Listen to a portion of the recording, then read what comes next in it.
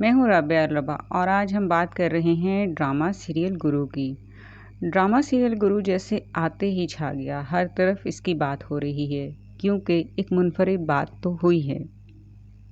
اس gender کے حوالے سے ہم ابھی تک بات راز میں کرتے ہیں، پردے داری رکھی جاتی ہے۔ یہاں پہلا پردہ جو اٹھایا گیا، سامنے انسان کھڑا نظر آتا ہے، احساس بھی رکھتا ہے اور حساس بھی ہے۔ تیسری جنس، مخنث، خواجہ سرا یا ٹرانسجینڈر، کوئی بھی لفظ استعمال کر لیجئے، پہلا تعارف انسان ہی کا ہے جس کی تمام تر جبلتیں فطری ہیں۔ ٹرانسجینڈر بل پاس ہوا تو اس کی بہت مخالفت کی گئی، لیکن ایک انسان ہونے کے ناطے صرف کسی ملک میں آپ کا شناختی کارڈ ہی نہ بن سکے تو آپ کے جینے مرنے کے تمام مہم میں مسائل بن جاتے ہیں۔ مسائل انسان کو مزید حساس کر دیتے ہیں۔ یہ افراد معاشرہ وہ ہیں جن کو اسپیشل افراد جتنی قبولیت بھی سماج میں نہیں ملتی، الٹا ان کا مذاق اڑایا جاتا ہے۔ ڈرامے میں گرو اور اس کے چیلوں کو بھی یہ سب سہنا پڑ رہا ہے۔ یہ سماجی رویوں کا عکس ہے، یہ معاشرے کی بیمار تصویر ہے جو دکھائی جا رہی ہے۔ جہاں سے تصویر اٹھائی گئی ہے وہ زیادہ تر کردار بیمار ذہنیت اور رویوں سے بھرے ہوئے ہیں۔ ایک چھوٹی سی بستی کی کہانی ہے جہاں چھوٹے چھوٹے گھروں میں پہلے ہی بہت بڑی بڑی کہانیاں چل رہی ہوتی ہیں، لیکن ان بڑی کہانیوں کے بجائے سب کی نظر نفرت، بغض ان افراد محلہ پہ ہے جنہیں ہم خواجہ سرا کے نام سے جانتے ہیں۔ ڈرامہ پہلے ہی قسم کہانی کی طرف بڑھ جاتا ہے۔ پہلے ہی سین میں گرو اور اس کے چیلوں کی سماجی اور معاشی پس منظر دکھا دیا جاتا ہے۔ کہانی کی لمبی چوڑی تمہید نہیں باندھی گئی، بلکہ سادہ سے دو ٹوک لفظوں میں بتا دیا گیا ہے کہ فاخرہ کے میاں کو اب تیسری بار بیٹی نہیں چاہیے، ورنہ وہ اسے گھر سے نکال دے گا، اور دو جڑواں بچیاں پیدا ہو جاتی ہیں۔ ان میں سے ایک بچی نرس کے توسط سے گرو کی گود تک آ جاتی ہے۔ گرو نے اس کی ماں کو تلاشنے کی کوشش بھی کی مگر ناکام رہا۔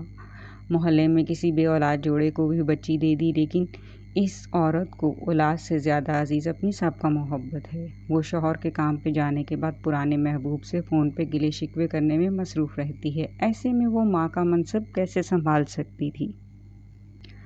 گرو کو مریم یعنی اس بچی سے عشق ہو گیا تھا۔ اس کے عشق کی کیمسٹری فزکس بنی اور وہ روتی بچی کو واپس گھر لے آیا۔ اس نے اسے پالنے کا، قبول کرنے کا اور ڈاکٹر بنانے کا ارادہ کر لیا۔ اس نے ذمہ داری سنبھال لی کہ کوئی بھی انسان ہو، بس ایک مضبوط ارادہ کرنا ہوتا ہے اور وہ دنیا کے طوفان جھیلنے کے قابل ہو جاتا ہے۔ کہانی جو ایک عیدی کے جھولے پہ ختم ہو سکتی تھی، وہ بستیوں کے مکانوں میں کبھی ختم نہیں ہوتی۔ محرومیاں خواب اور خواب زندگیاں اور زندگیاں کہانیوں کو جنم دیتی رہتی ہیں۔ گرو کے چیلوں نے اسے سمجھایا کہ وہ غلط کر رہا ہے، مگر ایک انسان جب ٹھان ہی لے تو وہ کر ہی گزرتا ہے۔ وہ مخنث صحیح انسان تو ہے، کہانی کا حاصل کل انسانیت ہے، جس میں زمان جیسے باپ نہ بننے کے قابل مرد، نازو جیسی بے وفا بیوی، فاخرہ جیسی بیٹیاں پیدا کرنے والی وفادار خاتون اور نصیر کی باجی جیسی ایک بیٹا پیدا ہونے پہ فاخر بے گھر عورت ایک انتہائی غیر صحت مند سماج کے عکاس ہیں، جس میں ایک نامکمل مرد یا نامکمل عورت گرو انسانیت کی علامت بنتا ہے، مگر اس کے گرد بھی نامکمل انسان شیطانی روپ میں بجلی اور کشش ہیں جو بچی کو چالاکی سے اٹھا کر لے جاتے ہیں۔ ایکسپریس ٹی وی سے ڈرامہ ہر بدھ کو نشر کیا جا رہا ہے۔ علی رحمان خان ہر طرح سے ایک جاندار کردار نبھا رہے ہیں، انہوں نے کردار میں روح ڈال دی ہے۔ بلاول حسین عباسی ڈائریکٹر ہیں، موسیقی عمدہ ہے، اس میں تصوف کا رنگ نظر آتا ہے۔ مصنف میں لکھاری لکھا ہوا ہے۔ لکھاری کی تلاش ایکسپریس کے کانٹینٹ ڈپارٹمنٹ تک لے گئی تو معلوم ہوا یہ آئیڈیا علی معین کا ہے۔ علی معین سے رابطہ ہوا تو انہوں نے ڈرامے اور مصنف کے حوالے سے بتایا۔ گرو کی کہانی سوچنے کے پیچھے جو ایک بنیادی یا مرکزی خیال تھا، یا کہیے کہ گرو کی کہانی کا جو بین السطور ہے، وہ خالصتاً اخلاقی ہے، مورل، جو ہماری مورل ویلیوز ہیں، کیونکہ ہم ایک ایسے معاشرے میں زندہ ہیں جہاں پر انسان ڈھونڈے سے بھی نہیں ملتا۔ ہم مردوں اور عورتوں میں تقسیم ہو چکے ہیں، یہ معاشرہ مردوں اور عورتوں میں تقسیم ہو چکا ہے۔ تو اور ایک اور وجہ بھی یہ بھی تھی کہ ہم نیکی جو ہے وہ کسی کی میراث نہیں ہے، کسی ایک خاص جینڈر کی میراث نہیں ہے، کسی ایک خاص شخص کی میراث نہیں ہے، کسی ایک خاص طبقے کی میراث نہیں ہے۔ نیکی کوئی بھی کر سکتا ہے، مثال کوئی بھی بن سکتا ہے۔ جیسے اس میں دکھایا کہ ایک ہجڑا ایک ایسی بچی کو پالتا ہے جو اسے ایک سڑک کے کنارے کسی ٹھیلے سے یا کسی کوڑے کے ڈھیر سے ملتی ہے، اور وہ اسے اٹھا کے ایک اس کی تعلیم کے لیے سب کچھ کرتا ہے۔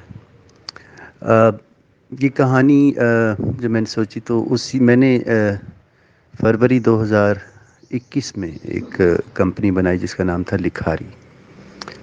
یہ میری کمپنی تھی، تو میں نے اس میں خیال یہی تھا کہ کچھ رائٹرز کو اکٹھا کر کے ایک پلیٹ فارم پہ مل کر کام کریں گے، کولیبریٹو رائٹنگ کریں گے۔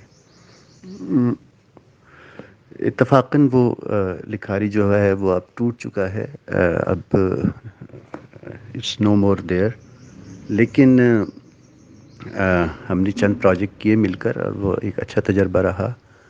میرے علاوہ اس میں ابو راشد، ثقلین عباس اور سجاد حیدر زیدی تھے۔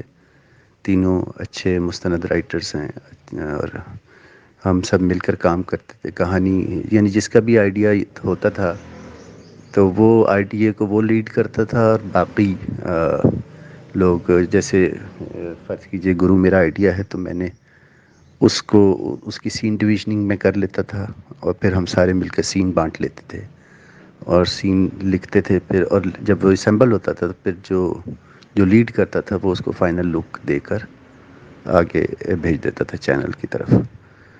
تو خیر یہ زیادہ نہ چل سکا یہ طریقہ کار، لیکن یہ ہے کہ ہم نے چند پروجیکٹس کیے اور اچھا تجربہ رہا۔